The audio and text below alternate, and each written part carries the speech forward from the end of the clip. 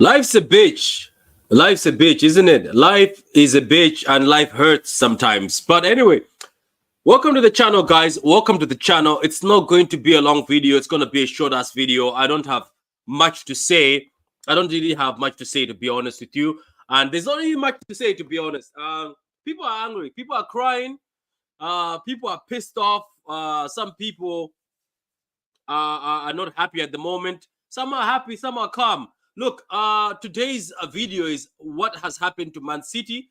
We're going to talk about a few things just to discuss what's happening to Man City right now and talk as people, you know, as understand exactly what's going on. But welcome to the channel, guys. It's Patrick. I will do the preview to the Luton game away. I'll do that. And in this video, I'm going to talk about the Aston Villa game too, so that we can also do like a reaction for the Aston Villa. But welcome, guys. Appreciate it. Like the video and subscribe if you're new. So things are not going very well at Man City. We have how many? 3 draws. Is it 3 draws? So Liverpool, Chelsea, Spurs. Basically, that's the top 4, if I'm not right. So the top 6. So we played the top 6. We haven't won a game. I wouldn't count Man United as a top 6 team. So I'm sorry. I'm not going to count United as a top 6 team. So what I can say is, okay, let's just add United for the sake of it, for the sake of argument. So we've played Man United, Spurs, Chelsea, and Liverpool. And we've drawn 3 games. Won 1 game against Man United, who are shit but doing well. By the way, it's quite funny that the team that's in crisis and people say Man United are shit, somehow they are collecting points and winning games. Funny, isn't it? This word is funny. It's funny. Let's go to the comments. Let's go to the comments first before we continue, guys. Thank you very much. I'm also going to talk about the Aston Villa game. I know I haven't been doing a lot of videos. I have been very busy. Let me be honest. I am a family man. I work full-time. I'm not a full-time YouTuber like some people, so I don't make money off YouTube. So when my family comes to me, they come first. When jobs come to me, the job comes first. I'm sorry, guys. I can't be doing this unless I start making some money from YouTube. I can't be doing this. Okay, let's read this. Patrick, I'm absolutely loving you guys' crisis. And what were you saying about Trent after the Man City versus Liverpool game? Victor, Man City are in crisis, as you claim, right? But we are 4 points behind Liverpool. 4 points behind Liverpool, and you say we're in crisis. Well, I'm taking that every day. Don't forget, Victor, this time last year, City were 10 points or 11 points behind Arsenal, 8 points behind Arsenal. So I'm calm. Anyway, let's go to the comments.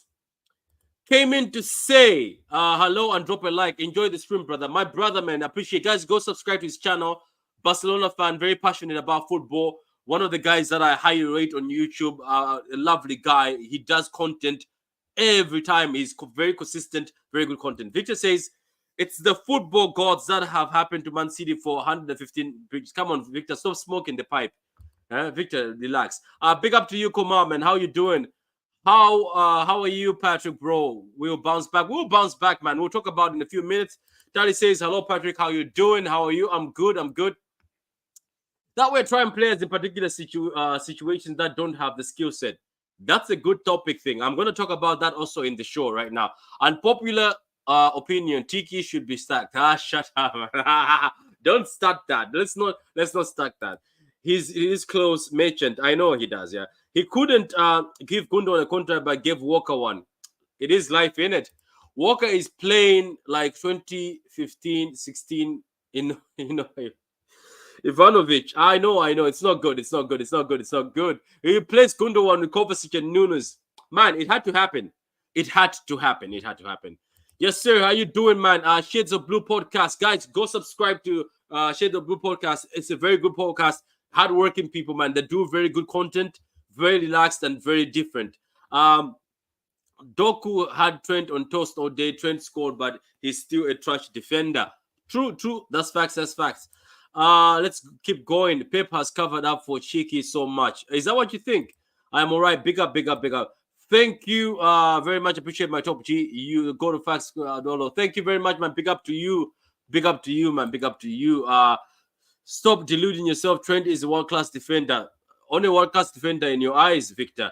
The same football gods blessed us with the treble, Centurions, domestic quad, and the Prem repeat. Okay, let's start the show, guys. As I said, welcome to the show. The topic is what has happened to Man City. Okay, so let's start off with the Premier League table. Let's start off with the table because that's where everybody starts, right? We start off with the table. Let me just bring my my boy G Certified. Let me just introduce G Certified first. I know that ain't who I think it is. I know that ain't who I think it is. Okay, so we welcome G Certified. How are you doing, G Certified, man? Hey, I'm good, Patrick. Can you hear me? Yeah, I can hear you loud and clear, man. Welcome to the show. Welcome to the show, man. I was just going to the Premier League table just to look at things in the meantime before we continue discussing this topic. I told people I'm not going to keep... Man. Yeah, go ahead. Yeah, man. I'm sorry I was late, man. But, no, it's fine, man. It's fine, man. It's not a paid job, you know. I told people this is the reason why I don't put so much passion in YouTube, because it's not a paid job. There's family and work. So unfortunately, YouTube comes in somewhere else, you know. Let's not put it third. But anyway, so just certified. I was just telling people that Shades of Blue. I already have sent you the link. Shades of Blue. You already have the link. Go to your Twitter. You already have the link. I sent it to you way before. So G certified. I was just telling people that we've played Tottenham Hotspurs. We've played Chelsea. And then we played Man United. I'm trying to say teams that so-called top five. These days, it doesn't matter who the top five is. Top five changes every season. And then we played Liverpool. Out of playing the big teams, we've only beaten Man United, which people claim are shit. And I'm saying it's quite funny that this shit Man United team is 2 points behind us and is climbing up the table, winning games. So I was trying to look at the table and tell people that right now, we are 6 points away from Arsenal. We are 4 points away from Chelsea. And we are 2 points away from Aston Villa, something that I thought I would never see in my life. Obviously, we should hold that because Villa gave us that L. What do you think? First of all, I'm going to start at the beginning. I'm going to take the table away because I want us to just talk as football fans. This is not scripted, so it's just simply talk as football fans. Okay, so what do you think yourself is happening at City? And do you think people are just panicking, or you believe that, we've seen this before, we'll be back? What are your thoughts as a fan? And I want you to be honest. There's no one who's going to be judging. You just be honest. That what do you think is happening? To be honest, Patrick, I think this is the thing that's been the Gundogan thing that was annoying in the summer when he left, and obviously Morris. So this has been something that we knew we're going to lose a few players, but this bad. To be honest, I did expect us to drop off after a treble. We're never going to do it, probably a treble again.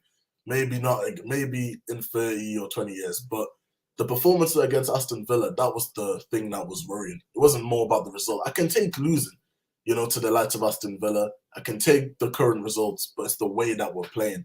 The first 7 games, I thought was too good to be true. I looked at who we're playing. We went West Ham away. I was like, okay. Then we've started to play Rodri, and then started playing not Rodri, Wolves. And then once Rodri's not there, we look totally different. But we can't keep being a one-man team. We've never really ever been a one-man team. Even when Yaya Toure was carrying us in certain games, especially in the running, there were still other players around him. And he would say that. Joe Hart would make a few saves. Aguero would do something if he was there. Jekyll would step in. But here, we're in a situation now where we're in big trouble in the sense of that when one player is missing out in the system, especially in the midfield, if Rodri's missing, we collapse. If John Stones is missing, but Rodri's there, we still don't play as good. It seems like whoever's in that midfield and is missing, we're missing. Even if Bernardo Silva now, if Bernardo Silva goes and then KDB comes back, people are going to say we'll miss Bernardo. So we're in a situation now where we're a one-man team. So we're bringing in Kovacic Nunes, who I thought were good signings. Personally, some people disagree. Kovacic, 25 million, either way, even if he flops, it's a 25 million. It's minor. And Matheus Nunes is different. That one's an interesting one. I'm not really sure. He hasn't really shown too much yet. I feel like Kovacic shown a little bit. Do you remember Patrick? Him and he did though. You know what's making me laugh? This is what makes me laugh, and it's good you've mentioned Kovacic. People have got a short-term memory, and you know what, City fans, I'm going to some of City fans, I'm going to expose you. For years and years, right? Do you remember when I had my joke agenda against Grealish? My joke agenda, which wasn't true. I was just joking and winding people up. People were going at me saying, Bernardo got time. They started name dropping. Rodri got time. 1 year. There's a 1 year gap you're supposed to have at City for you to not be great. Funny enough, for Nunes and Kovacic, that 1 year gap has gone. It's not there. It's not there. Even for Doku, it went for a while. They were judging him harshly before the Bournemouth game. Oh, he doesn't track back. Oh, he's horrible. This kid is not ready. But the same fans will say, at Man City under Pep Guardiola, you need 1 year. So I don't get it. Does it apply for somebody? Because I remember my good brother, Rodri, used to stink. I remember, if we go back to people's tweets, remember all of us used to tweet that Rodri and Gundogan are the worst midfielders to go in the City defense together because they were slow. Remember? I remember when I was doing the preview for Madrid versus Man City. We beat Madrid. I remember when Jesus scored. When I saw Rodri and Gundogan, that time Fernandinho was there. Fernandinho was on fire, even though he was old. I said, oh my God, these slow tractors are in there again. So it's quite funny that people switch. Gundogan, remember, people used to say he's slow. This guy, man, he just gets injured. Let him go. And everybody used to say it, including me. I remember I said Gundogan and Rodri, don't play them together. Rodri, I used to call him a truck. And remember, he was like a truck. He used to move. You're like, what's... You remember the time when he made a mistake? I don't know, against Spurs. He passed the ball back, and then it ended up being a goal. He used to like passing backwards. Remember, he used to like passing backwards, out of position. What I'm trying to paint here is I can't believe I have seen tweets of people saying Nunes is a mid-table team player. He's useless. My brothers, Nunes, you're saying that about Nunes, right? And Kovacic, who was good at UCL. Where did some of these players come from? Where did John Stones come from? Everton. What's going on? Do people forget? Okay, let me just welcome man like Crank Chocolate. As I told people that I try. People keep telling me and texting me that I have to assemble City fans and City YouTubers. So I am trying these days to assemble City fans and City YouTubers. So let's just also give him the same intro we gave. I know that ain't who I think it is. Okay, so Crank Chocolate, how you doing, man? Nice to have you. Oh, welcome. What's up? Thanks for having me on, homie. No, I'm good, man. As I said, I was told by people that you have to bring a lot of City YouTubers and City fans. Why do City fans not always come together? I was like, sometimes it's the time difference. Sometimes it's the time. It's the schedules we have. You try, but everybody has a schedule, so you cannot always get schedules. Anyway, G Certified. This is Crank Chocolate. I don't know if you've seen Shades of Blue. They have a podcast, and it's very good. You should try it. G Certified. I don't know if you've seen them. Have you seen one? Hey, no, but I'll definitely keep. Get it, check it out. It's very good. It's very different, chilled, very calm, not over the top. It's very calm. We're definitely not the general YouTube energy because people are real intense. We're about vibes. We're about solution. There's 5 of us, so I'm usually the loud, obnoxious one. I got the other homies that are kind of the calm ones in the group. Yeah, I like one who he's always very calm and he always just speaks when he's about to drop a diamond, you know what I mean? Yeah. So anyway, as I was saying, I was just talking about the fact that, like the topic is what has happened to City, but we were trying to dig deep, and obviously Certified was saying he wasn't happy when Gundogan was let go, and it made me sad more, to be honest with you, Certified, when I heard Gundogan in the interview, Barcelona saying he never wanted to leave, but City offered him what he wanted late. And then it's quite funny to find out that story came out by Jack, who's the reliable City guy who they give gossip to come in the media, who said, oh, they wanted Maddison and they were serious. Maddison was waiting for them, but they were waiting for Gundo. It's as if the Gundo and Maddison thing, and I was like, oh my God, we'd have had Maddison too. But anyway, shit happens. So, but I wasn't happy about Gundo. So what about yourself, Crank Chocolate? When Gundo left, did you feel like we're losing the diamond? Because he's still balling. I watched the game, Barcelona games. The guy is still carrying the Barcelona midfield. So I don't know. Yeah, Gundo and Cancelo both are carrying Barcelona at the moment. So you're welcome, Barca. It's one of these points. I knew it was going to be a drop off. I was okay. I personally wanted us to move on 2 years ago. Obviously, if we would have moved on from Mahrez and Gundo and them 2 years ago, we probably wouldn't have won the treble. So I'm thankful for that. But with this season, we said it at the end of last season, back in April. This season is 100% vibes. Yes, because we've won the treble. We've won, 5 of 7 titles, 7 of 9. We want to win. Who doesn't? Who doesn't like winning? That's the point of playing the game. However, that expectation, even our success, has just got us in this really difficult spot where our fan base is just becoming crybabies. They're the worst.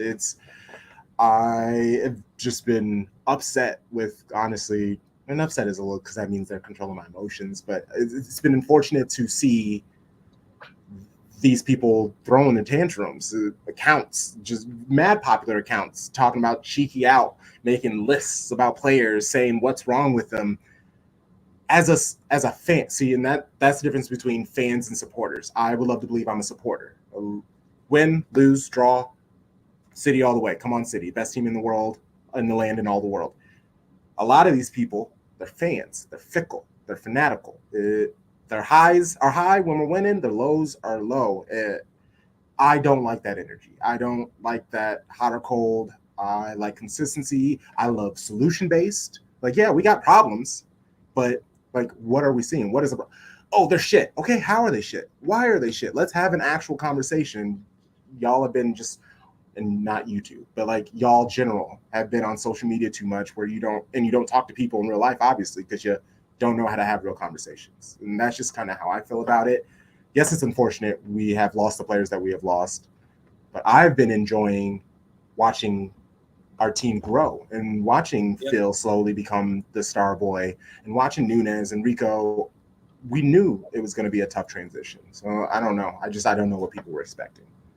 Yeah, it's quite funny though. I was telling a bunch of guys at work because there's a lot of Liverpool fans, Arsenal fans at work, and they were trying to make jokes today. I was like, you know what? We got punched in the mouth against Villa. I was like, it was a good punch. I was like, but it's not the worst I've seen City certified. And I'm gonna even go back to chocolate here. People are saying it's the worst. Nah, it's not. I remember Everton. Do you remember Everton away? Was it 4-0? They dunked on us so badly. I switched off the TV. I couldn't take it. Remember the Everton game? There's nothing we could do. They were just ripping us into pieces. Lukaku holding the ball. Lukaku dunked. And then what's his name? There was a guy. I forgot his name. Now he's no longer a thing, but we made his name. You know how City always make a name for a player? This guy, I remember he was the Everton Academy player. I forgot his name. I might remember his name later on. He dunked on us in that game. He came on and he grilled us. And then let's not forget Leicester City. And let's not forget Spurs. When first Pep was here, remember they pressed us in front. They showed everyone how to press us in front. And they beat us again. Look, man. Davis, was his name Davis, the guy from Everton? Oh, Davies, Tom Davies. Yeah, I don't know what his name was. I think he the white guy. There's Tom Davies. I thought you were talking about Davies. You're talking about Davies. I think he's at. I don't know if that's his name. I don't know if he's still at Everton, but you remember certified. He made his name playing against City because he dunked on us in that game. And I remember I was like, my God, this is bad. And the people like, this kid, oh my God, this kid, the English hype sometimes. This kid is, oh my God. So people say, oh, that's the worst. No, even the Leicester one, the mistakes we made in that Leicester game, penalty after penalty. I remember I was at work and all I was seeing on live scores, red card, pen. I was like, this is a joke. Somebody's like, it's not a joke. It's happening there. So the only thing I want to ask you guys whilst you're here, though, is we always say, oh, City find a way. But somebody told me this at work, and I want you to see if you agree with the guy. He's very rational. He sometimes trolls you, but he speaks. He says, I know City find a way, but is this the same Man City? Yes, Pep Guardiola is there. So he asked me a question, Patrick, is Pep Guardiola the most important big thing at City that they can still find a way back? But he's like, let me warn you, who carried you when you were in shit? It was Gundogan. And sometimes Riyad Mahrez stepped up, Laporte stepped up, Those guys are not there. Is this the same chocolate? Is this the same city? Because some people have left. So is this city team we have that has got people like Nunes who are new, Kovacic who are new. Obviously, Kovacic has won UCLs and trophies. It's got Foden now. Obviously, he's had the history and the experience. Rodri, I know. But big figures like Laporte, Mahrez, and Hundo left. Let's not forget Fernandinho. I don't know these guys. Is this the same Man City from seasons ago that even right now, with this point gap, they will rise up to the top and say they will still catch up? Or we're just living in the past? I say yes. Yeah. Even if you go back to last year, if you look at this exact week, you would see, oh, look, Man City, we had just lost our place from first, and Arsenal just took over. We are literally in Groundhog Day right now. What happened 365 days ago is happening again right now. And how did last season end? Treble winners. Sure, we might not win a treble, but I will be glad if we win a PL because that's 4 in a row, which I do call the quadruple. I understand it upsets people. Or we can even do back-to-back Champions Leagues, which hasn't been done in the Premier League era. Either way, it is a new record that Man City will be breaking. I do feel like this is the same team, and it's not the worst City team we've ever had, considering our little slump that we're going through. The last time we went through 4 games without winning was 2009. Mark Hughes was our manager. A lot of you people, a lot of City fans now claiming for Cheeky and all them out, they weren't fans back then. I was. 2003, baby. I was a City fan for 5 years, and I specifically became a fan for them because they were shit. I loved taking a not good team and growing them in FIFA and taking over and kicking Arsenal's ass, kicking United's ass. That was a dream of me. So to see this club now, what they're doing, it brings me joy. And maybe that's why I'm not so harsh on that team. But yeah, I see it's the same team. What do you think? G certified? Yeah, what about G certified? Yeah. I was agreeing with a lot of things that Truggle was saying. And firstly, the thing that I agreed with what he was saying firstly is about the fans. And I think it's just the era of like the fans right now. A lot of the fans, especially now, seeing that you had some people are playing Sudoku, playing chess, at the matches. They're not watching the matches. They're just there to play games and tweet saying that they've been to the Etihad and they've seen Erling Haaland. That's the reality of it. A lot of the fans will not be there if the 115 charges were as bad as it could be in relegation. A lot of people will not be there. So that's just. I think that just explains the situation. Some fans right now are thinking that this is really bad, the results. And for me, as I said, it's not the results that I'm sad about. Well, 6 points behind. It's more the performances that I was saying for me, that's the main problem. They're better than what they're showing. That's the frustration. That's why I'm frustrated. I don't mind if we don't win the league this season. I don't mind if we don't win the Champions League this season. But I want to see a little bit of something. I want to see the team leave something. You know what I'm saying? Not give up as easy. I've seen against Aston Villa throwing their hands up in the air when they weren't getting the ball. Furious at each other that they weren't getting the ball, instead of someone being like, yo, let's actually try and change the game. Let me try and step up. Let me try and not throw my hands up in the air. But let me try and win this for the team, which normally they would do, which a Yaya Toure has done, which a Kevin De Bruyne has done. But you need a player that sometimes, when things don't go your way, is that, okay, let me pick up this ball and let me see what I can do. But maybe at the same time, Pep doesn't give that kind of freedom. Still, I can understand why some players may not be able to do that. But yeah, I just think performances recently, for me, I'm not worried. 6 points is nothing for me. Even if we lose against Luton, 9 points, for me, 12 points. That's for me where I start saying the league is off for me. Once it gets 12, 10, double figures, that's when I'm like, yeah, it's never been done. I think Newcastle was the last team, 12 points ahead, then Man United won the league. Yeah, the 12 points, it's rare that a team comes back from that by Christmas. So yeah, that's how I'd see it. Once it gets there, then we can discuss about that. But for now, I'm all right. I just want to see Ake come back. That's the main thing for me. Yeah, what's with this? Yeah, welcome, Hamza.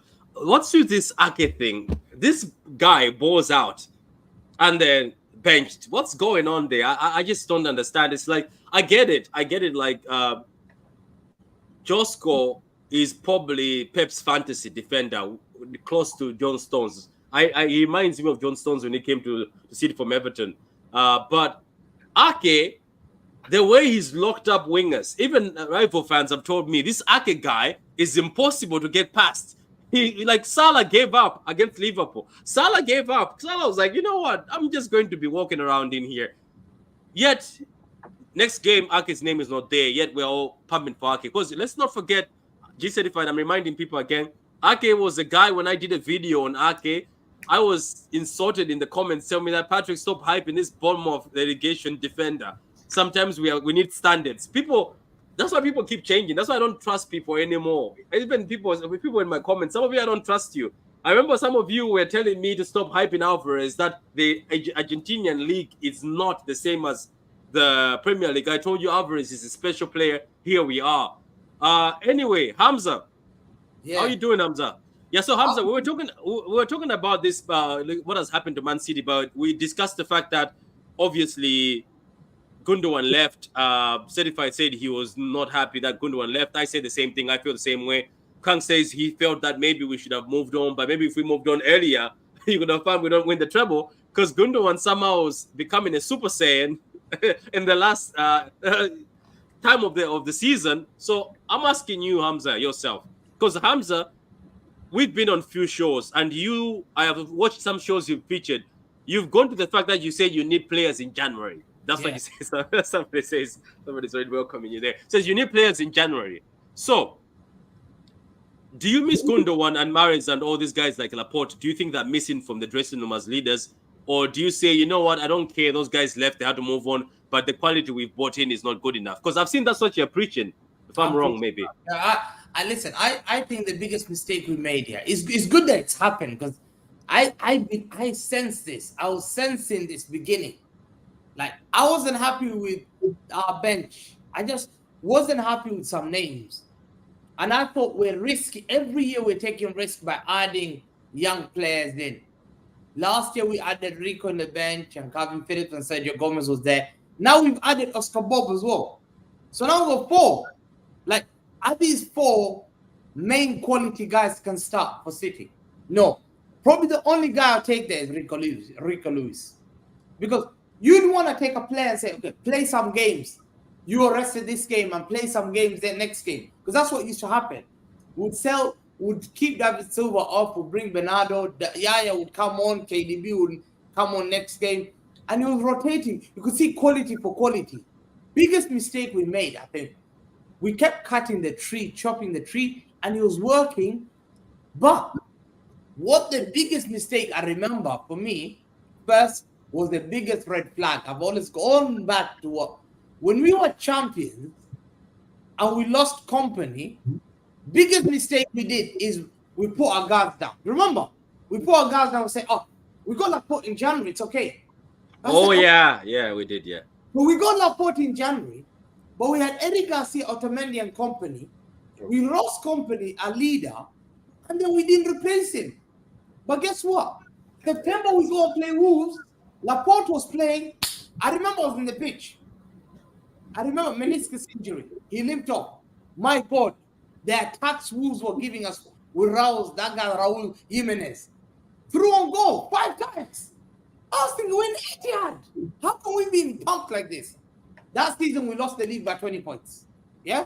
City understood the biggest mistake we made. We didn't replace the quality we had. Because company was quality. People give me answers like, oh no, Hamza is not. He doesn't play majority of the games. He only plays 20 games. You have to give Eric Garcia a chance. I said, I don't care about Eric Garcia. Is he the level of company? No. The next season we go, the signing we make as company replacement was who? Ake. Ake got signed around July. They knew straight away they made a mistake. They signed July. I was unhappy with Ake. I said, he's good. But is he company's level? Will Ake make us win the league? People said, yeah, he's brilliant for Bournemouth. But listen, the quality of Bournemouth and the quality of Man City is different level. Ake needs to learn to be that top level. We bought him, season started. I think we lost, drew, lost. 8 points behind Liverpool. We were chasing the league again. Luckily, the window hadn't closed. We played Leicester on Saturday. windows closing on Sunday. Yeah. Oh yeah. Hamza, sorry for cutting you. This was the bullet we dodged. That's what Chocolate has even written there. Remember, this is the bullet we dodged. This was close to come into City. This Maguire. But he wasn't. So we went and signed Ake. We played Saturday, Leicester. Do you remember we played Leicester? Remember how we got peppered, yeah? Match City podcast, what was that time? See, we played Leicester, we lost 5-2. Remember we lost 5-2, Ake was playing. My God, we got peppered in Etihad. Peppered, bang. City knew, oh my God. He's not the level of, we signed Diaz. Ake needed time to transition. Diaz was more of a leader. He took that step. We won the league. Same thing has happened this season. What happened last season is I said Rodri needs to have time off. I don't believe, I've talked about Barcelona fans. Why? Because I believe Leeds are scumbags. They sold us. They were the biggest scums, yeah. They sold us Kalvin and they sold Barcelona Rafinha. Both of us have paid a price for that. I was on a space with Barcelona. We were mourning about how we got sold. Rafinha, one of us come. I said, yo, I will never do business with this ever again. Nothing. Because we learned it from Mangala with Porto. We bought Mangala, we made a mistake. It's okay to make mistakes. Yeah, but Mangala was wanted by a lot of big teams, including Madrid, by the way. We just offered him more money. We offered him more money. But Madrid makes mistakes. Madrid often make mistakes. But Madrid are very clever. Madrid are a big club. When they make mistakes, they swallow the pride. They will sign Hazard 140. What happened? Bang. Jovic. We signed Nolito. We signed Nolito and swallowed our pride. Oh gosh. Yeah. Jovic. They signed Jovic. Remember they signed Jovic for 80. Yeah, Jovic. Oh Jovic was I liked him. I like Jovic. Am I the one who don't like Jovic? I like these names giving me flashbacks. Great clubs, they know. City have learned here. The question is, this is the main question. And me and Patrick will disagree. I don't believe Kalvin Phillips will ever be Manchester City's level. He will never. There's some players who will never be that elite. And there's no way better person to assess than a player who played that position. Pep Guardiola. He's played with the best players at that position. Philip Cocu and all that. He played with Xavi. He saw Xavi Iniesta doing in training. He saw Schweinsteiger doing all these things. They see Jovic bangers, but Madrid. Yeah, he used to score bangers. I remember. And I blame Marcelo Bielsa. For Frankfurt, he was good for Frankfurt, but is he Madrid level? No, Madrid realized that. Chocolate has got an answer for you. Yeah, Marcelo Bielsa. He's the one who ran Kalvin Phillips into the ground. I wrote, and before when Phillips was announced to come to City, I wrote a very long article basically explaining that either we're going to have to be patient or he will never be the player that we think he is. And Bielsa had a history of running all of his best players in the ground. If you think about all of those players who came from Leeds. Yeah, where's Bamford? Bamford. All of them. He had a really bad injury. They all had some sort of awful injury or they just were never the same. You can't play that style of football that they played. Yeah, Jack Harrison. I mean, he was even honest. Harrison struggling at Everton. Look at all these Leeds guys. Oh, he assisted in the last game though. Yeah, but they're struggling. Their players are not that elite. Yeah, they're not fit. They're not staying fit. They're not. And to me, we needed to make that. Remember that one thing we get tricked here. We're like, let's give him a second season. But there was something about Kalvin Phillips that we kept seeing. When Rodri wasn't doing first one the first season, Grealish, Pep kept playing them. That was the first sign. You kept seeing Grealish, Rodri, because he believes in them. We never saw Kalvin Phillips play. The first time we saw him play was Leicester. We were winning 3-0 against Leicester. He comes on, 15 minutes to go, we get peppered. Midfield's getting overrun. He then got benched. He never started 15 minutes to left. He always comes on with 6 minutes or 5 minutes. Pep Guardiola has lost trust in him. The fact that was this known that we did not gonna need him this season? I believe we didn't need him. We were gonna sign Bellingham. We made it. He would have been a top signing. He would have been a top signing. He's a winner. You can see from the drive. The boy loves football. The boy fights for everything. He's a winner. But his father, I think the issue was his father. His father's a Liverpool fan, and his father never had good words to say about City. And you know, as a Liverpool fan, his father was, if you don't go to Liverpool, you're not going to any English team. But see, the problem is to play for Pep Guardiola is one of the greatest moments in world football. Like, no player would be deluded. I think Real Madrid was the reason. I don't believe he would go Liverpool. Pep Guardiola is like, to have a TV and a reference from that guy is just an elite. So to me, Bellingham was missed. Who was the next target? Rice. Declan Rice. But did we really want Rice? Did we really want Rice? Or did we just... I don't think so. If we did. We didn't. Because if we did, we would have pushed for that Rice deal. The biggest mistake is when Gundogan leaves, you get an elite player. So we got a problem of not getting the right Kalvin Phillips to rest Rodri. Then we go to a number 8. Biggest mistake I made is I asked Chelsea fan, tell me about Kovacic. Injury-prone player. We should have done our homework. This guy's been injured 3 or 4 times. Is he reliable now? I don't think he's reliable. But his changes will come in the summer. We need to recruit very well there. But the biggest mistake for us playing badly, Rodri replacement is not good enough.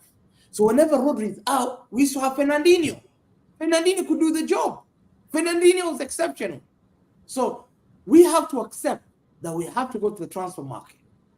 Whatever it takes, we need the recruitment team to make the right step of making sure Kalvin is out and we get a player who's Kalvin Phillips that can play. Rodri needs a rest. He's tired, man. He's tired. Even he's come out saying, I'm tired. I need a rest. So I believe Pep doesn't trust Kalvin Phillips. He doesn't trust the fact that he played 2 defenders. We played 2 defenders over Kalvin Phillips. That's so humiliating that it tells me that we should not listen to the rivals. Our squad is small. Yeah, we need to get a bigger squad, which I believe Pep's going to do that in June, no doubt about it. And the number 2 is we need to get a midfielder in January. And we should not panic because I trust Pep. What midfielder? Are we talking about Paqueta type midfielder, or we're talking about a proper solid DM? So the question is, who is available? And I think DM. DM is key. Someone who can rotate. Do you know who I think we should go? Do you know who I think we should go? Yeah. Go ahead. Do you know who I think we should go after? There's one individual, and I was making fun of Newcastle fans. As soon as Newcastle put the 100 million clause in Bruno Guimaraes' contract, and how many times has Pep said Bruno Guimaraes is a beautiful and exciting player? I think they messed up. And Newcastle fans told me, they certified that they didn't mess up. I think you messed up because that 100 million is nothing. Chocolate is 100 million anything these days? No, somebody's gonna come and spew that up because Bruno Guimaraes can play DM, he can play box to box, and looking at him, Bruno Guimaraes is basically a sort of a Gundogan player because he also sometimes starts attacking for Newcastle and he also drops back defense for them. You put Bruno next to Rodri. Tell Bruno, this is your role. You're just going to be supporting. Our team can actually look good in midfield. 100 million. It's not even, by the way, there's no time that it has to be activated. Apparently, it's anytime you come in, you're getting him. So all you have to do is convince Bruno Guimaraes, leave Newcastle. I'm telling you, I just feel like it has Man City leading all over it. When they put that 100 in my head, I was like, there you go. Yeah. But are we willing to, because we were willing to spend 90, drop 90 on Rice. We were dropping 90 on Rice. I think he was good at Leon. I remember I wanted him, Leon, him.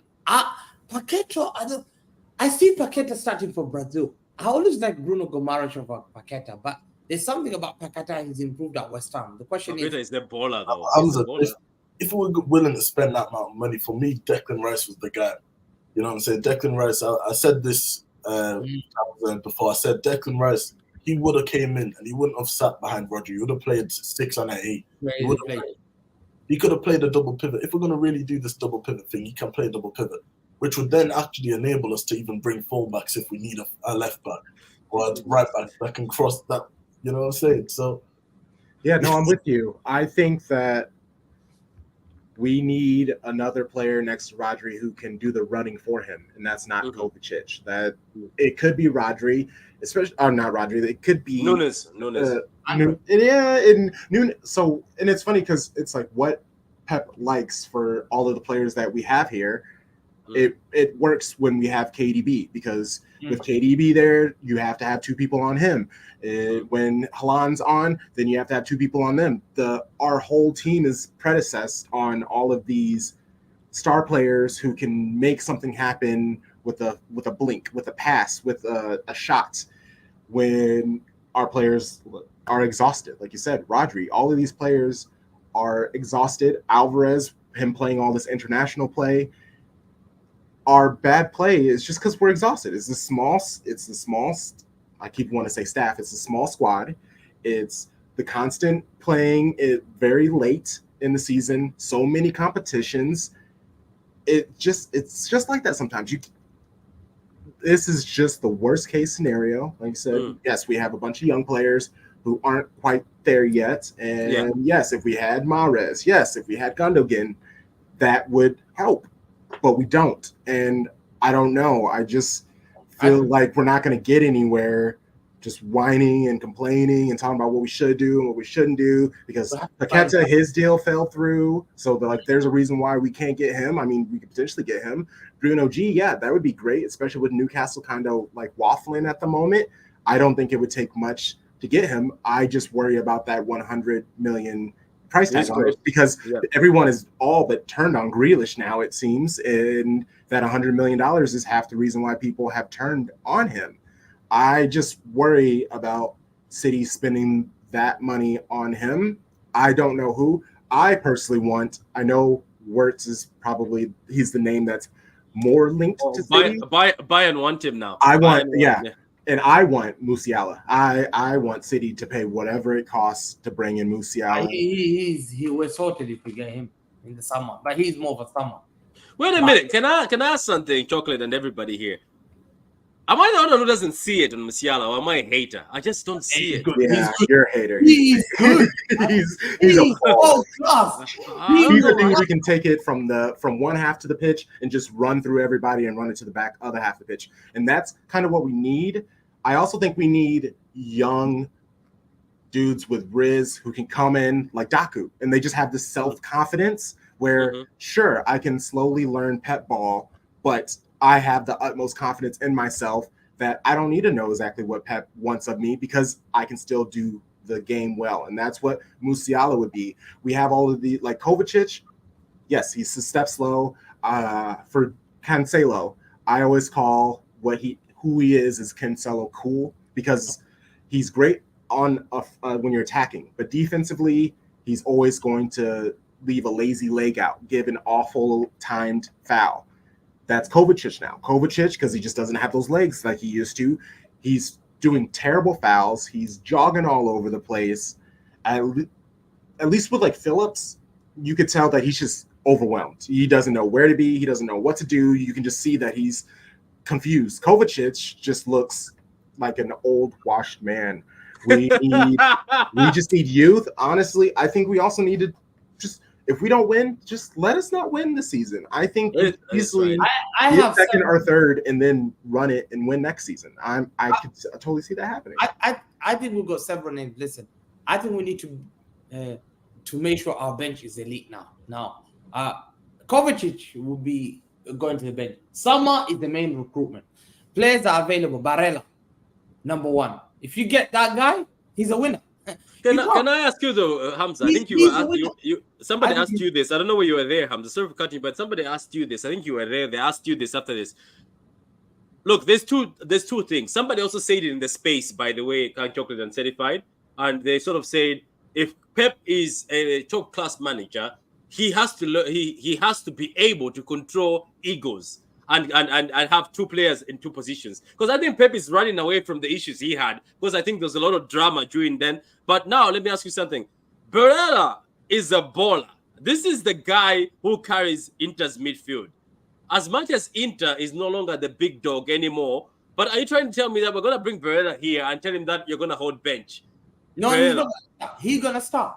If in the summer Barella So comes, what's your Barella comes in? What's your midfield? Because maybe Silva is not leaving this summer. Because people keep saying Silva is leaving. No, but if I had to choose, my starting lineup, everyone's has Rodri. I'm choosing winners, people who will take me to a battle. But does Barella won? What does Barella won? Is it the Euro? Yeah, I'll tell you, Rodri, Barella in midfield. I'll put KDB, Bernardo Silva, and whoever it is, Borden, you can run with Doku, whatever it is, then put Haaland. But where are you putting all this? Because look, there's the three. Okay, let's be.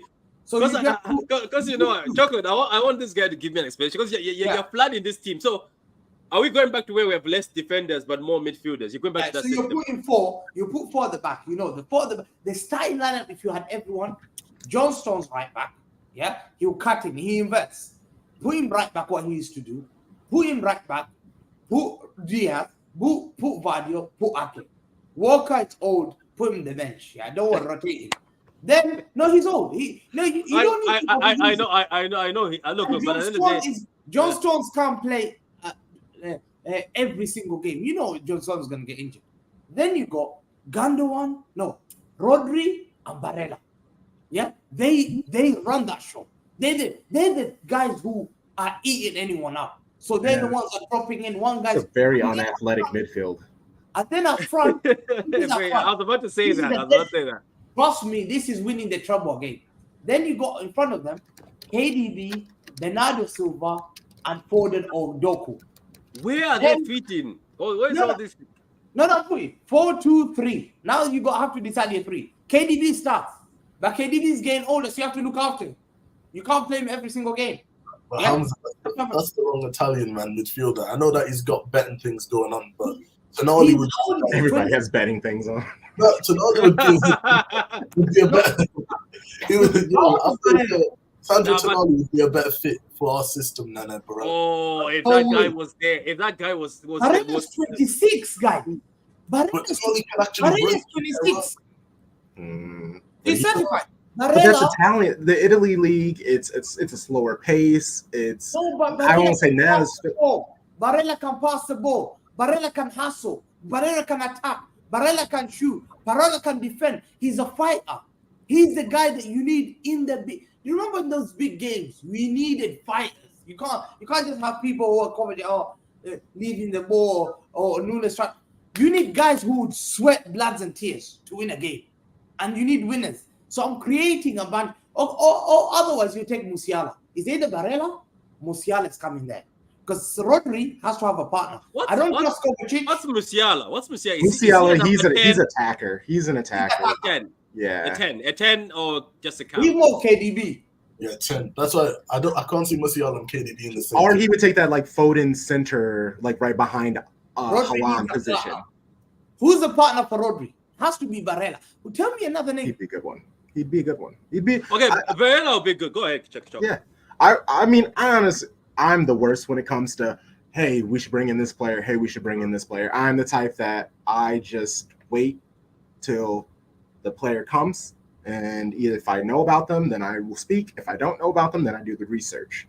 But I don't know. I just feel like, yeah, that's why I have multiple people in my show, because I have like Sharpie and Lando. Those are the two guys who are always like tapped into the transfer news and rumors and stuff like that. I don't none of that stuff. Yeah, one of your guys looks like he knows how to tap in and scout. Yes, I'm the one who watches interviews and Pep interviews and watches games over and over again. I more care about continuity and the energy and how the team is playing. That's why I'm not as low on our squad right now, because I'm not really like paying attention to all the noise and what everyone thinks and says and who's hurt and who's shit and stuff like that, because all I'm seeing is the club that we have, the players that we have, and how are they playing now compared to August.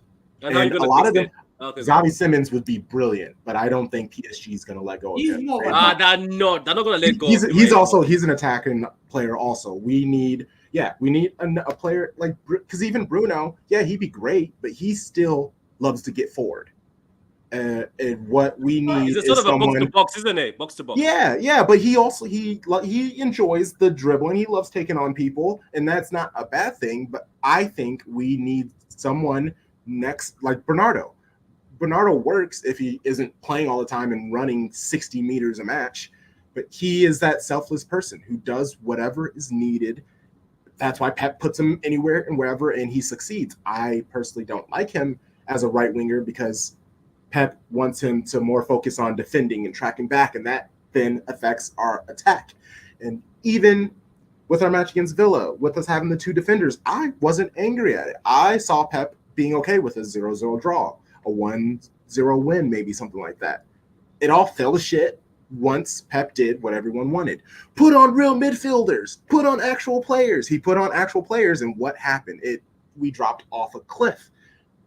Sometimes you need to play the match, especially against teams like Aston Villa, especially against managers like Unai Emery, who is a chess master, basically. If there's anyone who's going to set you up for success in a one-on-one match, on a one-of-one match, it's Unai. Yeah.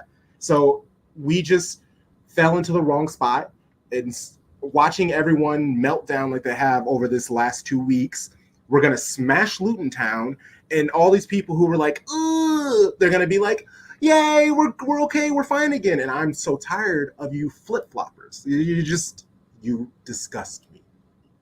I'm just gonna say, Hamza, I have a message for you here. There's a super chat. Hamza at the general in the building. Feel sorry for you, mate. Seeing everyone clipping you. That's everywhere. Actually how I found out about you, Hamza. Hamza, you've been clipped. Even my grandmother knows you now because you've been clipped so much. You said Patrick Hamza in the building. DS should have captained ahead of Walker. You know, man, they vote, and I think Walker is a good captain. I don't hate on him. Yeah, Tom Davis, that's the guy who dunked on us. Remember, certified Tom Davis is the man who dunked on us at the Goodison Park. Yeah, but he's the worst for a Pep team. No, this is not the worst. Come on, guys. I was reminding people we got pumped by Leicester, Spurs 4-1 in Pep's first season. We got pumped by Everton, guys. We've been pumped before badly. Let me just read a few comments here, then I'll go to the guys. G certified Marina, how you doing, man? G certified. Nico Lewis got bullied. I felt sorry for Nico Lewis. McGinn took advantage. Another guy, my brother Douglas Luiz. I hyped you for years. How dare you? I love that dude. The second he left City, I was so upset. I cried. For Douglas, I told people this Luis guy, for Pep Guardiola to call him all the way from Brazil. He said he called me. He says Pep called me. Pep doesn't just make phone calls. These FA people refusing him a visa. As soon as Aston Villa came for him, the visa was accepted. FA, we know what you were doing. You knew what you were doing. Let me ask you guys on the panel. Would anyone here go back for Douglas Luiz? Because he's just 25 years old. I think he hates us now. So no. I think he's too far gone. He enjoys scoring and beating us. I don't think we need players here who love the idea of playing for City. And I think he would just more be he would be a hired hand. He'd be coming. But Pep fought. You know that Pep wrote a letter to the Brazil team. And I'm not knocking his quality. I'm just saying. Do you think he's like they gave up on me easy? Do you think that's what he thinks? They gave up on me easy. Just like Pedro Porro. Specifically, just like Pedro Porro. Pedro, I never understood. Why we just didn't even try. And he's the opposite. Pep didn't reach out to him, and Pedro has said that multiple times, and he hates us.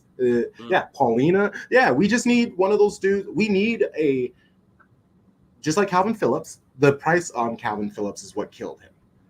I think if we were able to get him for like 30, 35, I think people would be okay, and they'd be like, take your time. But paying that 50, 55 for him, that was dumb. We need a player we need those lower tier players. We have too many stars at the moment. We need some of those just do a job. Just do a job for a few games. That's what we need. We don't need these. I mean, yes, I would love more stars. Quality. Listen, Hamza, you can't have Kimmich on. You can't have Kimmich on the bench. You can't have Kimmich on the bench. No, you have to trust me. Next to Rodri has to be top quality. Now we've realized. Yeah, but Pep doesn't play two TMs though. No. Barella can attack. He's like Gundogan. He can go forward and come back. He's a typical Italian. He's no Gattuso like. He can go forward. He can shoot. He can go forward. He's like gun. But the problem is when Rodri goes up front, no one's backing him. Gando used to stay back. When Walker's way up there, Gando on goes, Rodri stays. So there was a bit of stability. Now Rodri can be told, yo, go, don't worry about it. I thought Silva was gonna take over that. No, that's what I thought. But he shouldn't have to do that. I don't believe that's Silva. Two things has to happen. We have to get replacement for Rodri has to be rested. To me, the names are these are the names. Okay, if you want cheap, you could go to Fluminense, get 30 million for Andre. He's cheap. He can play the ball. He can drive the ball. He's young. He's enthusiastic. He's happy to sit in the bench, and he will learn. These guys want to play for Brazil. He's like Douglas. He would want to play for Brazil. That's their dream. He doesn't reach like Kalvin Phillips and I made for England. That's it. He would want to make out to Brazil. So he would say, okay, I don't mind sitting on the bench. I can come on when the game's already closed down and I'll fight. And he drives forward. He gets the ball, he drives. And he's only 21, 22. That's a name.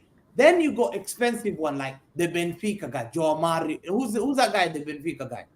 The 18-year-old. I forgot his name, but he signed a contract now. So he's under contract now. So he and you know Benfica midfielders are quite good. Like Benfica produce very good players. That's where we go shopping. Yeah. Edison. So normally we go there. We're not bringing Brian back. But he's 18. He's 18. I don't see Man City risking it because I don't see Man City doing the same thing. So they're not going to risk 100 million because this guy is very expensive. So Andre, Paulinho, these are guys that will replace. Paulinho is going to be expensive. Do you see the price tag they put on Paulinho?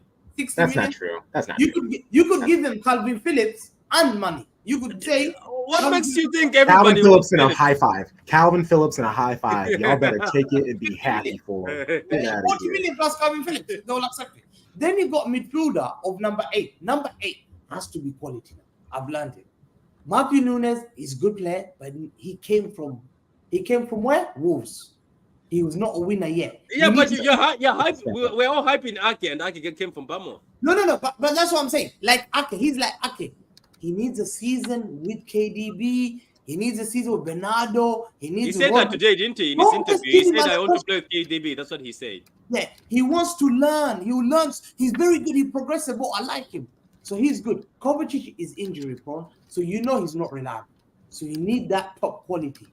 That top quality must come in the summer. And I believe the names are, okay, if you get Barella, that is solid. Because he's 26. He's 26. 100 million. I'll give it. He's going to play for the next 6 years. You saw it for 6-7 years. You saw it with international Italian player. Who's going to give passion? There's a name I wanted when when Madrid were not giving him a contract. I wanted this guy. Yeah, Valverde would sort out all our problems. He would just everything. Come in. Yeah, he does everything. And then no frills, no fuss. He's such a nice dude. Utility player. Yeah, he wouldn't ask for too much in a salary. He just minds his business. He seems to be non-problematic. He's prototypical a Pep player. But I think it's just the Real Madrid link. I just don't think Pep wants anything to do with a Real player. I don't think Real wants anything to do with Pep. And I think we got Danilo from them, and then we sold them Brahim Diaz, though. Remember? Yeah, and Brahim Diaz is balling for them now. We're talking about Danilo, who he left the team every 3 years, and then De Jong would be the perfect. Yes, that's been our fantasy though. Yes, he's on 400,000 a week. Another name is that has been mentioned. I know Girona doing very well, but one of the top players playing is a DM. That's our guy. Do you know who he's talking about? He's talking about Alex Garcia, who used to be our youth player, and we dumped him away. I bet he's in the same situation. I hate you guys because what we did to him, we also shipped him and played around with him. Constantly, he'll come back. But the question is, Girona doing so well, will they dump Alex Garcia to say go and help City? Girona belong to City. What are you talking about? We can go there and just pick up whoever we want. Because he's doing very well. Go ahead, 35. No, I was just saying because I'm hearing players, but it's so unrealistic. Some of these players actually coming. Bernella is not coming. Even what the guy was just saying about Valverde. This is Real Madrid aren't going to sell any of the Camavinga, Tchouaméni, Bellingham. They're not going to sell any of those guys. They're not for their future. They're replacing Modric, Cruz, and and Casemiro. That's what we should be now doing, trying to look for how to replace Bernardo Silva when he leaves, Kevin De Bruyne when he leaves. For me, there's no one really that available to what Hamza wants. I know what Hamza wants, a superstar that's going to come in and be like a Haaland or a Bellingham or an Mbappe, come in like a Pedri. I think the only player that I can see that maybe can come in is that Paqueta guy, but I don't know if we touch him after what happened in the summer with his also betting problems as well. Can I say something though? The Paqueta thing is funny. Do you know, you guys, the story is funny, Hamza, and talk to this. I've never seen a funny story. Paqueta was snitched on by Betway. Do you know who sponsors West Ham? Betway. Betway snitched on a West Ham player. We know the vibes. We know the vibes. Do whatever you can to ruin Man City. It was just people don't like us. And you know the funny thing is, he gave his phone to the FA. They found nothing. Because he gave his phone. He made a statement. The lawyer says they gave the phone to the FA. They have found no links, nothing. And West Ham are still playing him. Trust me, if this guy, how the story came out, it was as bad as it was. I think I'm telling you, Crown Chocolate. Do you know where I see there's hope for Paqueta? That hug with how can you hug the whole dressing room of Man City? How? That's just obvious. Like, and then they had a talk, kissed him on the cheek. I just said that when I saw that, I'm like, this guy, that 85 million somewhere has been kept for you. I've already told you that this lie is. I think West Ham were desperate to keep with our best player after they were losing Declan Rice. They had to find a solution. Certified. How can Betway snitch on a player who does sponsor it? Keep him. But we know the Premier League already. We know the Premier League, the NBA. 115 thing. They're trying to make 116 charges now. Right? They'll do anything, man, to bring us down. But I'm not worried about if we don't get Paqueta. It's not the end of the day for me, because I think that even if it's Paqueta, he wasn't even really anywhere near probably our top 4 in the list. But I think he would be an X factor. Paqueta is an X factor. Yeah, I'm just looking at it because we went from the first name on the list. They said Bellingham, they were saying Rice, they were saying Maddison. So it seemed like they were just going off down the list. And there's nothing wrong going down the list. It looks like they were. But I think, and I was surprised, by the way, believe it or not, Maddison was after Jude. He was before Rice. Maddison was actually top. And you know what?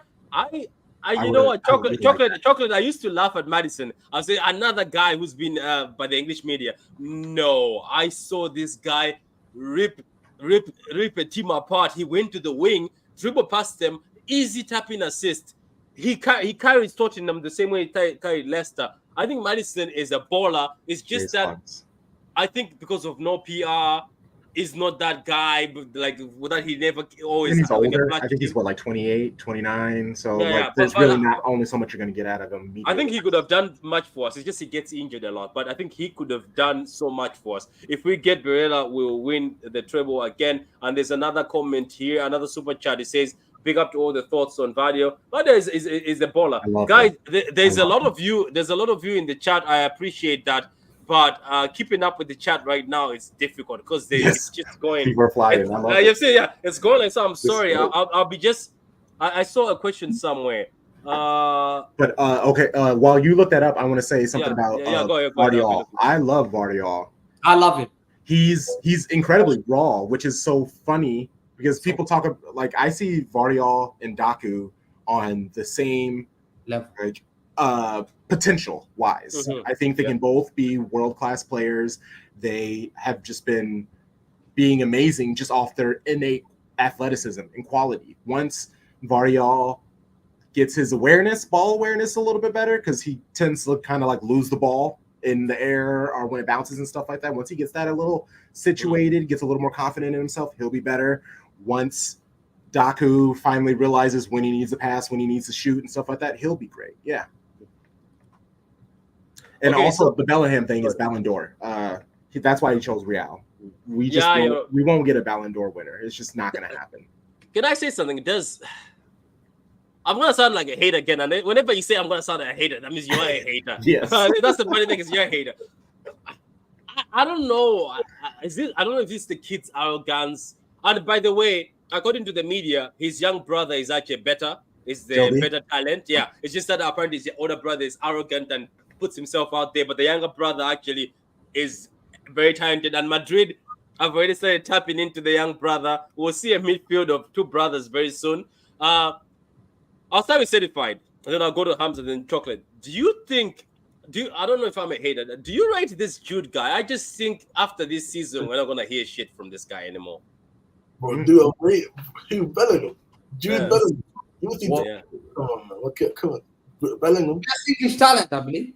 Bro, best thing, he'll be the difference between England winning the Euros. I promise you. If Bellingham starts in the Euros, England have got a huge chance of winning that Euros next year. If he doesn't, England are not going to win the Euros because Bellingham is that good. And he reminds me a little bit of Steven Gerrard. He doesn't have the shot like Gerrard, but he reminds me a little bit. And he's not as versatile as Steven Gerrard either. He might never be as good as Steven Gerrard either.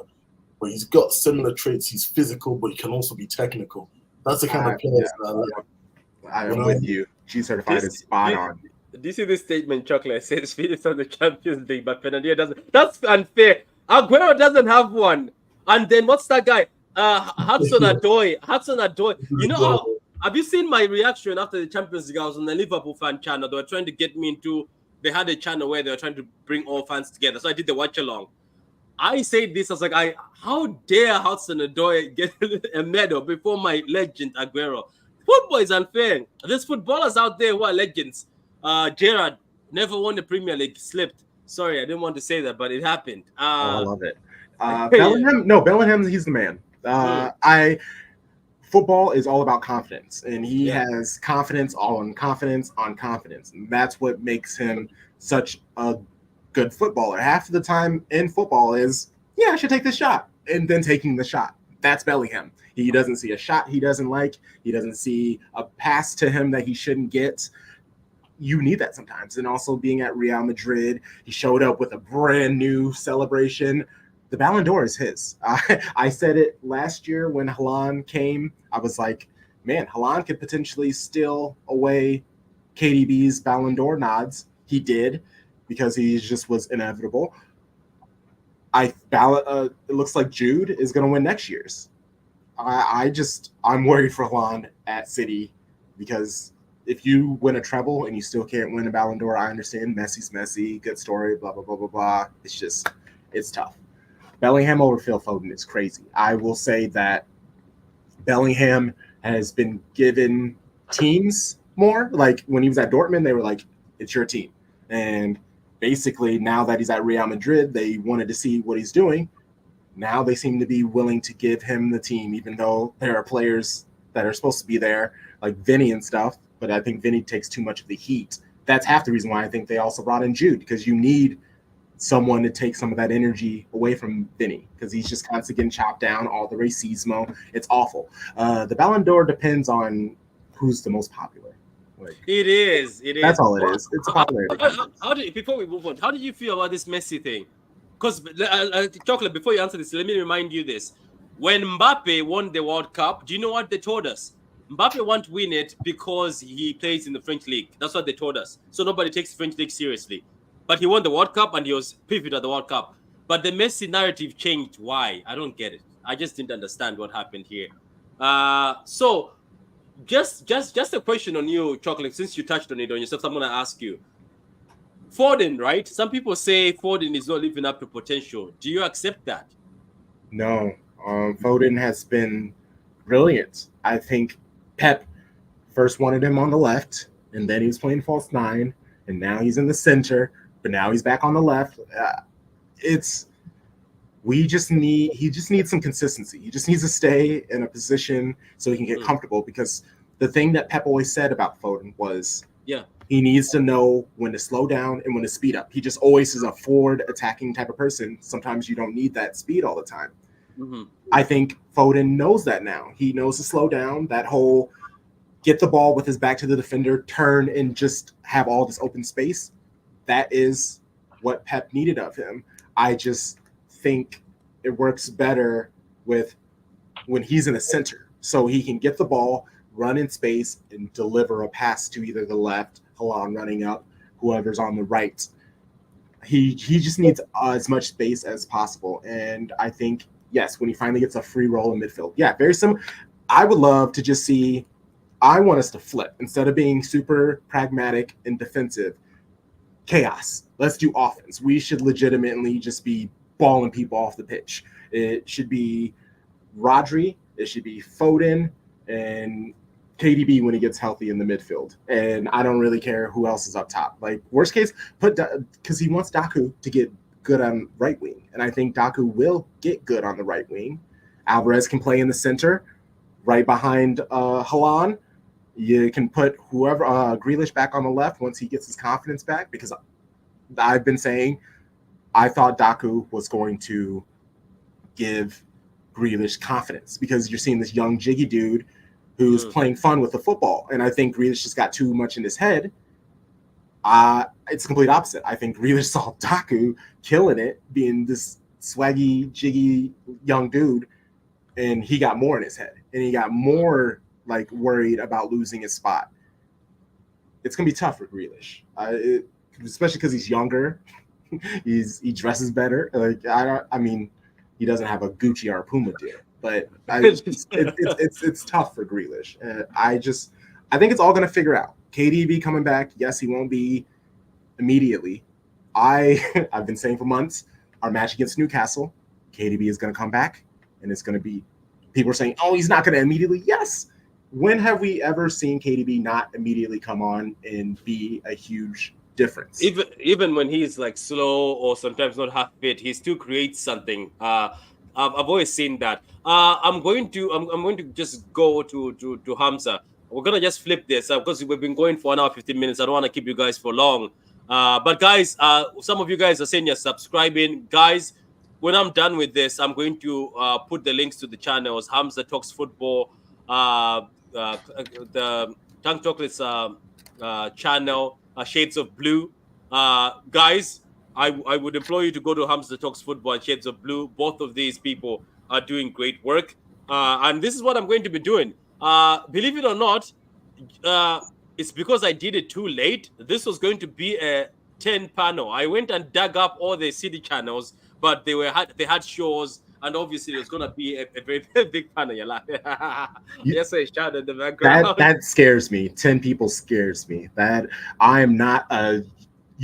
I'm not a YouTube person, so that would have overwhelmed me. So I'm happy that we got the 4. So yeah, it's fine. Yeah, so Hamza, let's go back to the topic, and then we're gonna close it. I'm gonna go to the name. What has happened to City?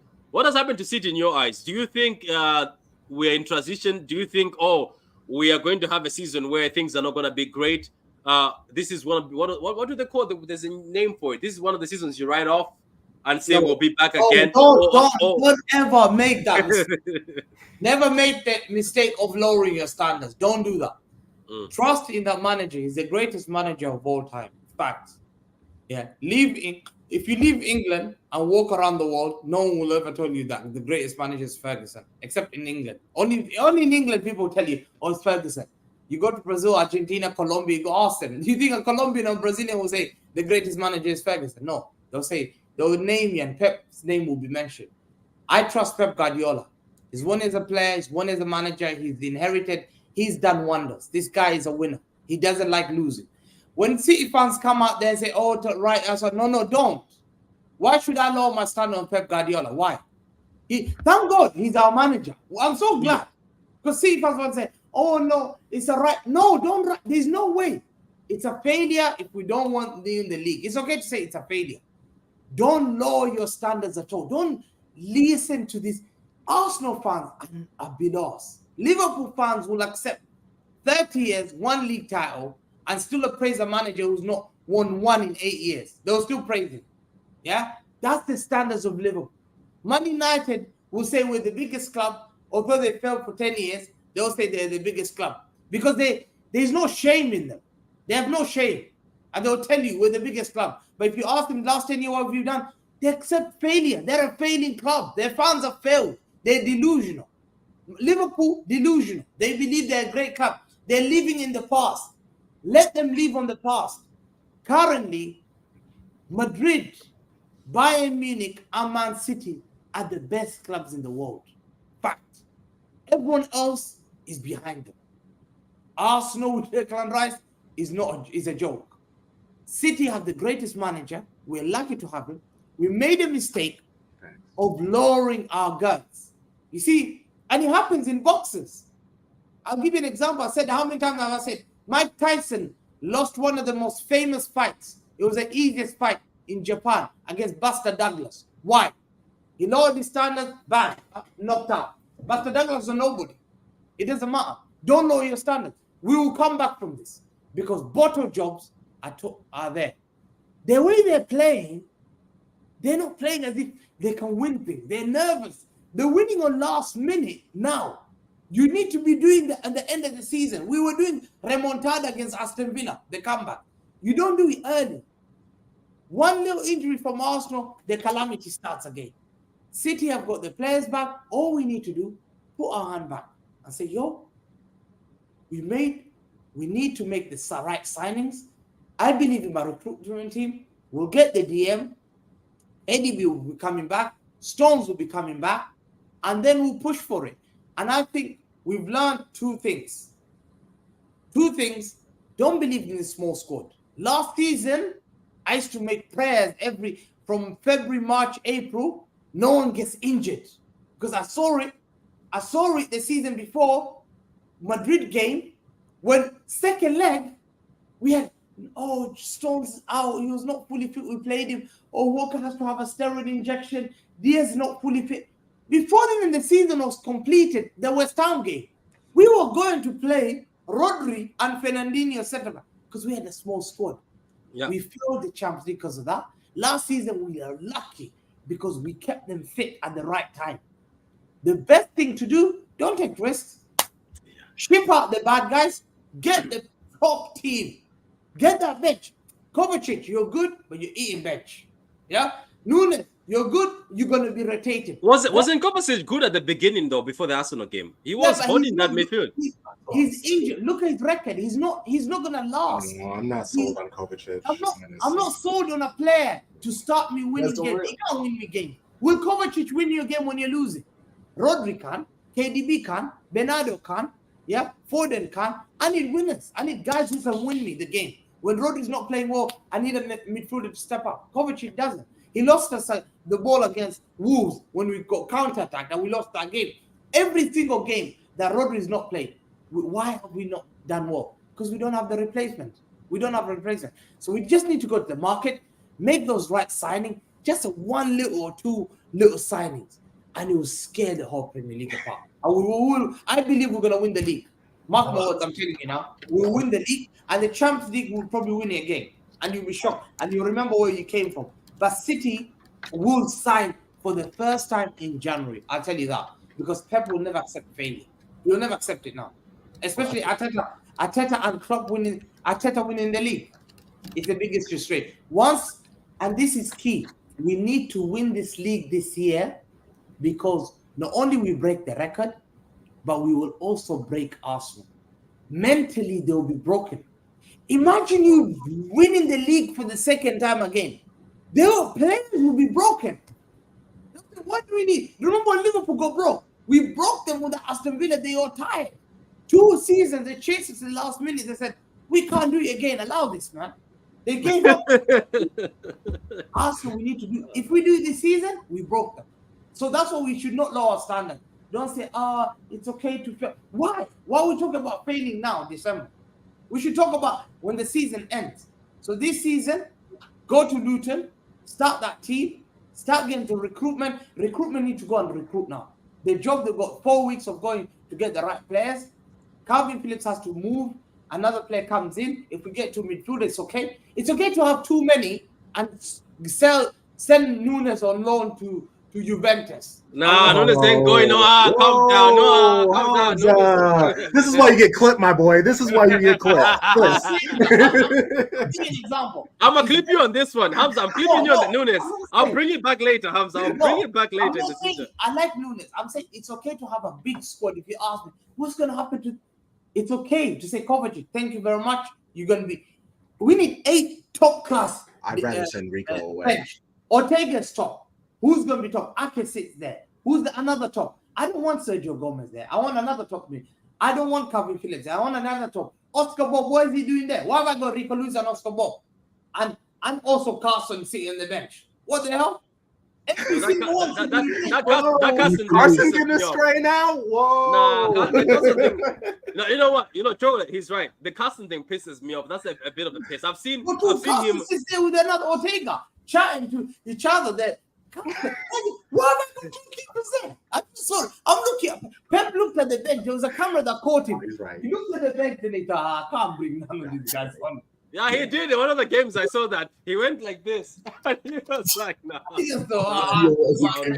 I'm good. But like, the thing is, though, I think that our fans are being too harsh on Kovacic, man. I think we're still undefeated when Kovacic and Rodri have played together. Before Rodri got suspended, that duo of Kovacic and Rodri, especially against Newcastle at home, Sheffield away, and there was another match, but I can't remember the match. It might have been Burnley when he had to come on because of KDB away. Those two were important, but then Rodri got suspended. If Rodri and Kovacic start together and back again, it'll let Rodri even be able to go forward again, and it will actually help him, which is what Rodri said. Rodri's got an interview where he came out and said that Kovacic he's got a good connection with Kovacic, and it makes him go more forward and in more advanced positions because Kovacic can sit a bit. So I think with Kovacic, give him time. But as for Matheus Nunes as well, Matheus Nunes is a different player. That one's going to be his best attribute is running with the ball, ball progression. That's his best attribute. And we're not a team that really needs that as much. That's all I'll say about that. No, that's fair. Guys, again, I apologize. There's just too many comments, and I'm going through them. But my God, it is a good, it's a good problem to have. But it's very hard. I don't like at the end of the day. I'm trying to see. Daniel says, can we focus on Luton away first, one game at a time? No, we are focusing, but we have to sometimes have a chat as fans. We just came here. It's our therapy. Because trust me, even like Clank Choker is right. Those spaces after that game, I was laughing. Like I was angry, right? But when I got to the space, I started laughing. Like exactly. I can't even be mad because these people are being so crazy. I know. I can't even enjoy it. I know, it was funny because I went to the space, Hamza. That's why I started laughing, Hamza. Because the space, I went in there and I was angry. I was like, I'm gonna say this and this. Then when I heard others, I was like, I'm not that mad. Who was that American dude, Hamza? That American dude. There's an American dude, Hamza, says you sold him a dream. He said he used to be an Arsenal fan and you sold him a dream. Hamza. Bad guy. Yeah, he said, Hamza, you sold me a dream, man. You sold me a dream to come here. And look at this. What? So Hamza, you sold the man a dream. Your man wants a refund, Hamza. Your man wanted a refund and you were nowhere to go. Man, I don't know. So look. I'm not gonna have a preview for Luton Town.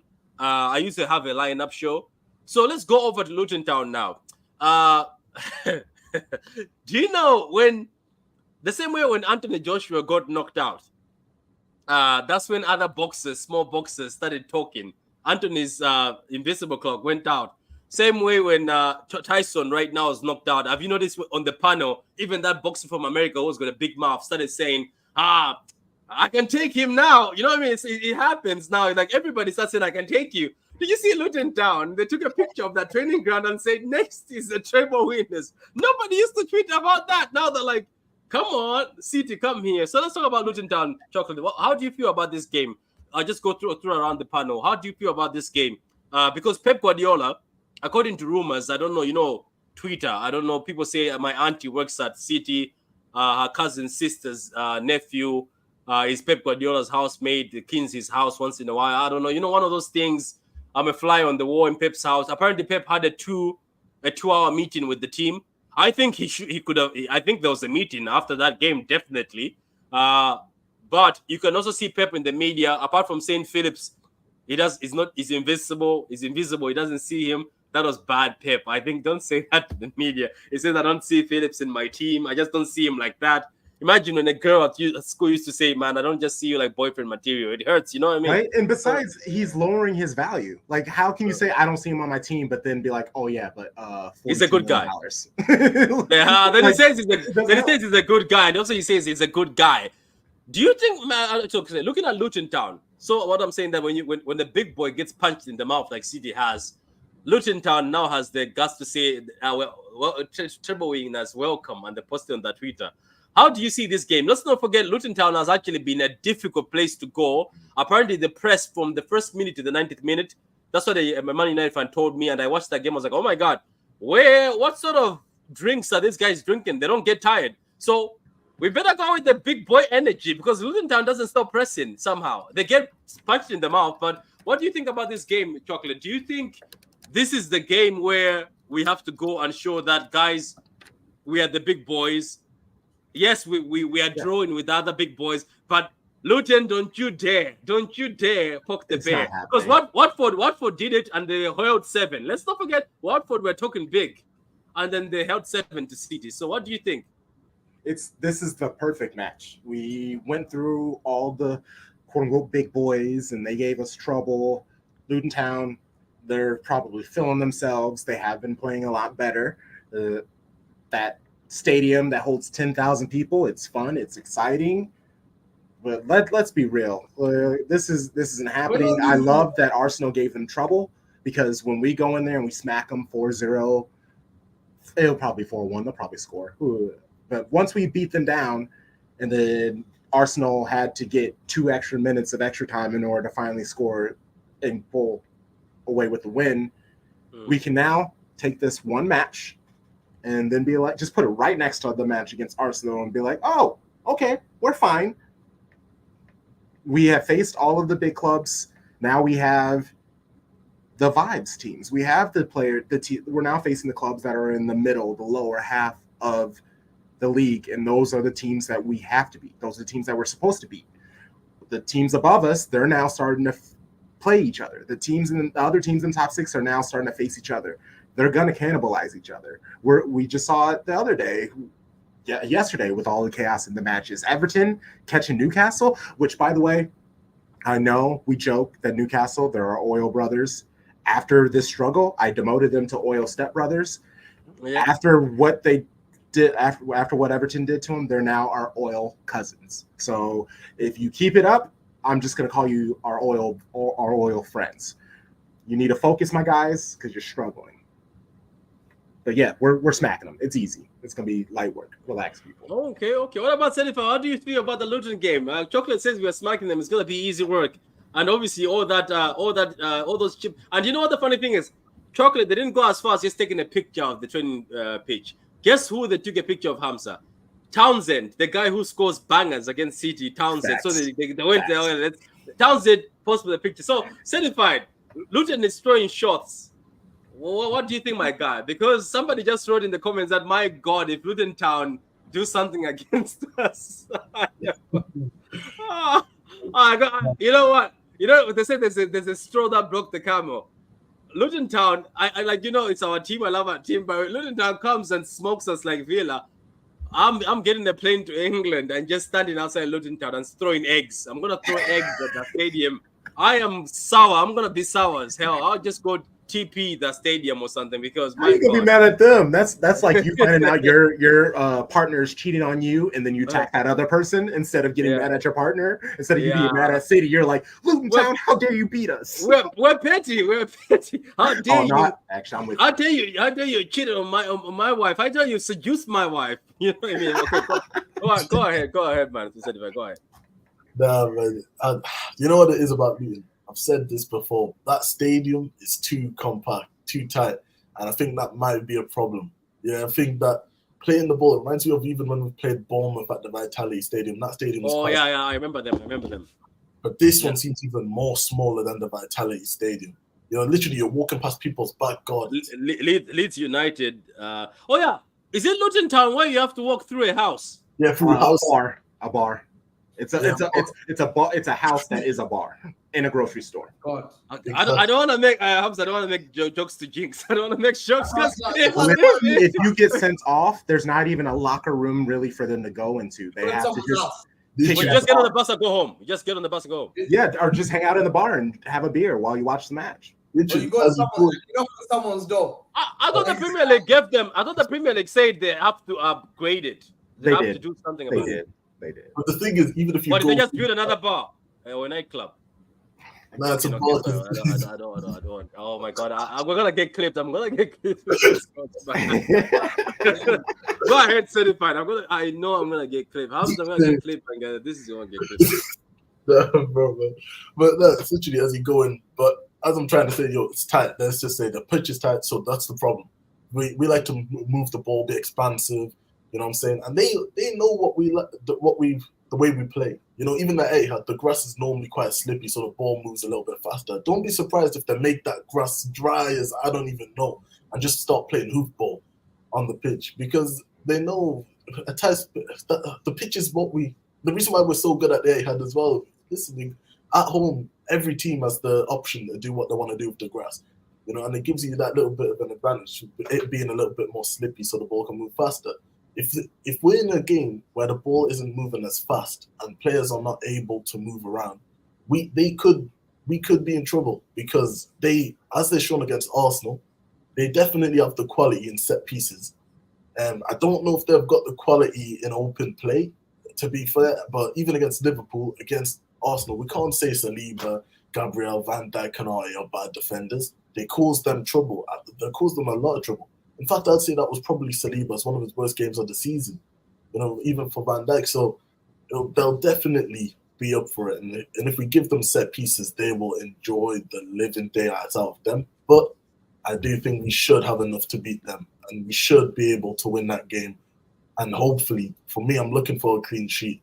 I think we need the defense need to try and keep a clean sheet, because clean sheets that's what we need to do. The win is actually the most important, but if we can get a clean sheet as well, just for the defense, I think that will be huge for us. But I'll take it, even if it's a penalty. I'll take that. We just need to make sure that we get out of Luton. But it will be. I think it will be difficult. You know. I think this is certified. This is Man City were saying even we take a penalty at Luton. My God.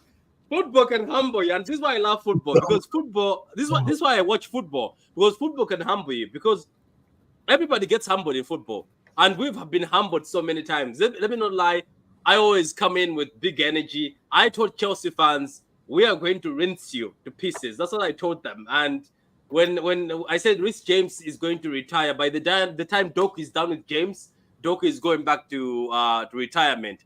Trent was skinned alive, but Trent came with one moment, so he redeemed himself. Hamza, before you go to I think you're going to Igal's show, Hamza, isn't it? Yeah. Yeah. What do you think of Luton before you go? Luton Town tweeted saying we're welcoming the treble winners and took a picture of Townsend. You know what that is? It's a short, because they know Townsend has disappointed us when he was at Crystal Palace a few times. Yeah, I think it's going to be a tough one, man. It's going to be a very tough one. It's going to be very tough at Luton. But I think we're going to get the result there, because the expectation, there's pressure on them now to perform. No more jokes. And people expect them to perform. Yeah, cool. Anyway, guys, that's the show. I enjoyed this show a lot, guys. That's why I said I tried to invite a lot of people. Guys, the names of the channels is Can't Chocolate is Shades of Blue. It's not Can't Chocolate, that's him, but Shades of Blue. It's fine. Podcast. Yeah, so please make sure, guys, 5 Shades of Blue. Go subscribe. I'll put it in the comments when I'm done for the night. G Certified, you can find him on Twitter. That's if he wants to be found, but you can find him on Twitter. You find him in Spaces. You find him in Spaces. And Hamza has got Hamza Talks Football. I featured there, I think, once, but I would love to feature there more. I think I've been organizing with Hamza's PA, since Hamza is famous enough to have a PA. Anyway, so go ahead, Hamza. Yeah, I've been so busy at work, even now I'm doing it at work. So even I stay at work before I go home. Big up. Guys, thank you for all the comments. Unfortunately, I couldn't go through all the comments. It's just so many, but I appreciate it, even after I have stayed away. And I actually betrayed you guys. I told you I'm going to do a preview for Aston Villa. I never did. But you guys never disappoint. You still come back. We're in a very complicated relationship. But this is what I like, though. To be honest with you, I think I'm like Can't Chocolate a bit. And it's just that I got dragged into YouTube a lot. My channel, my purpose was just to talk football, not actually focus on reactions. But people are like, do reactions, do watch-alongs. That's why I don't do watch-alongs. I find them very difficult because my watch-along is not great. My watch-along is like this. Every city match, I sit I sit on the corner on the couch and I'm like this. The Liverpool watch along would be the worst because I shake. Am I the one who shakes when we play Liverpool at Anfield?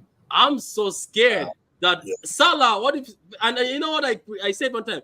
I always say, what if Salah just scores in 6 minutes and scored at the Etihad in 6 minutes? I was like, my God, it's happening. It's just that my watch-alongs, I don't know how people do them. Big up to all the channels and respect who do a watch-along and yap for 90 minutes and comment the match. But for me, it's just jumping, grabbing my daughter, who sometimes I grab her when we score, and she's like, Daddy, what are you doing? Grab her in the air. Not in the violent way. Some of you don't call child support because I see some of you take too far. Anyway, thank you very much, man. Subscribe to 5 Shades of Blue. Find Certified on Twitter, and then subscribe to but anyway, 5 Shades of Blue. Do you want to just guys, man? Show them love, man. Yeah. 5 Shades of Blue. I'm gonna give you your moment. Do you want to tell people what your channel does and where they can find you everywhere and stuff? Hey, everybody. Yeah, you can find us on YouTube, all the social medias, Threads, TikTok, Instagram, X. We're even on like Spill and Blue Sky and stuff like that. We do a Thursday night live show where we bring on people outside of Man City. We do kickoff shows an hour before match begins for City men and women. We cover both City men and women. That is one thing that we very much pride ourselves on. We call our women's team Baby Blue Baddies. So feel free to start calling our women's team the Baby Blue Baddies. Yeah, just give us a look. We're vibes. We're pretty fun on social media. We love connecting with as many City people as we can with our lit stream. We always try to have one City person on. So I'd like to bring on Hamza. He's gone, so I'll reach out to him. But G Certified, I'm going to message you after this and figure out some times with you. All these people in the chats, if any of you guys do YouTubes and videos and stuff, hit us up. I would like to do this type of stuff more often. We're trying to figure out how to ourselves do YouTube because we work through FanFast Live and everybody kind of does similar things. So we're not trying to step on people's toes. But if you have any ideas, reach out to us. Appreciate you, Patrick. Yeah, cool. Certified, do you want to make a speech about Twitter here? Hey, let's go. Yo, man, just listen. I want to listen. Just me. I got a big screen, bro. But thanks, man. I just big up everyone. Obviously, I'm always on Twitter, G Certified. You can find me in spaces. You can always DM me. And as for what Crank Chocolate says, I don't mind coming on channels. Same with Patrick. Same with Hamza. I'm on Hamza's quite a bit, actually. Hamza Talks Ball. Yeah, just whenever you guys need me, I'm always there. You know, as Patrick said before, I don't do this a lot, but when people ask me to come on, I always come on. You know, I'll always support the channel. I'll always give my opinion on it. So whatever you need, just hit me up. But yeah, man, big up to both. And make sure, guys, you subscribe over to both of everyone's YouTube channel because they take your time, man. They don't have to do this. You know what I'm saying? But they do it. So show them some love. Big up, man. You Certified, you always show up. I'm still eating rice because of the membership. Shush, Daniel. I can see your membership badge is gone. Don't you lie. You're back to eating steak. You're back to eating steak. But big up to you, Daniel, man. Big up to you. I dare you not to beat you know what? You guys have no idea. This will be like a Man City thing. And I love Man City for this. It'll be typical City. Yes. You know what I said to somebody? I made a prediction, guys. Because I said we're going to lose to Aston Villa. And I got attacked. I said, I'm not trying to be that my confidence is gone. I was like, it's just the wrong time to go at Villa. It's just wrong to go at Villa where Grealish was suspended, Rodri suspended, and we are down on confidence, and you end up at Villa.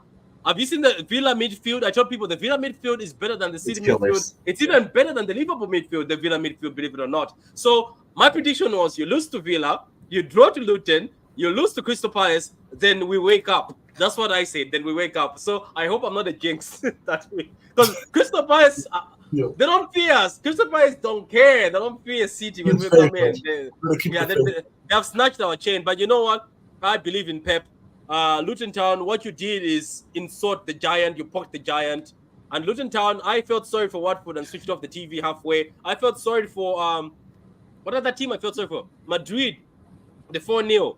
That was a football lesson I've never seen in my life, the Madrid game. Even Madrid fans, when I meet them in a pub, they tell me, what you did to us we've never seen someone else do that to us before, except the prime Barcelona when Messi was walking out and laughing. Remember when Messi was injured? And there's a video where it's a cold walk. He's walking and looking at the score, laughing.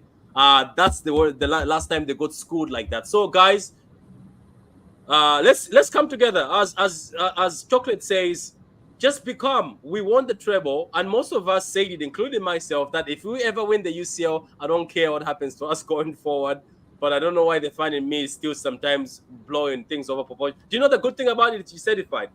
Every time these football matches are played this season, I've been at work, so I wasn't that truly hurt when I'm sitting there. But when I saw the chat, the WhatsApp chat we have, my God, it had messages. So I understand. Anyway, big up to you, Daniel. Big up to everybody in the chat. Daddy, big up to you. Big up for the super chats, guys. Big up for the super chats. You don't have to give the super chats, but you decided to give the super chats. I appreciate it. This 199 will get me some tomatoes somewhere. I'm joking. YouTube I'm joking. YouTube gets 70%. Those bastards. Anyway, so guys, big up to you. This 499. I'm looking at the Mortal Kombat game. Big up to you, man. So you say Paqueta showing 5-hand too. Yeah. Paqueta is very good. But Madrida's good. Anyway, guys, thank you very much. Guys, make sure you tune in to 5 Shades of Blue as they do the shows before the lineup. I love those two, Kank. I don't know if you've seen. I love those two. I love the ones before the lineup because your confidence is different because you know the lineup of the opposition and you know your lineup. Your words change. If you do 2 shows, a preview, then you do it with the lineup on, your words completely change. You speak different because now you're speaking looking at what you have. Because Pep Guardiola is a madman. He can play 7 defenders as he did against Villa. I'll definitely be watching that. I'll definitely. Yeah, and I suck at predicting. So that's why I don't do those previews. Yeah, big up. Anyway, thank you very much, guys. I appreciate it. Hamza had to go to Egal's channel, and I'm pretty sure Count Chocolate has to continue cleaning the house. And then Certified, obviously, has to continue fighting the shadow that was behind him a few minutes ago. That's a big shadow, man. Big up. So before I go, guys, I'm just going to leave you with my signature song because most of you say you like the song. So there we go.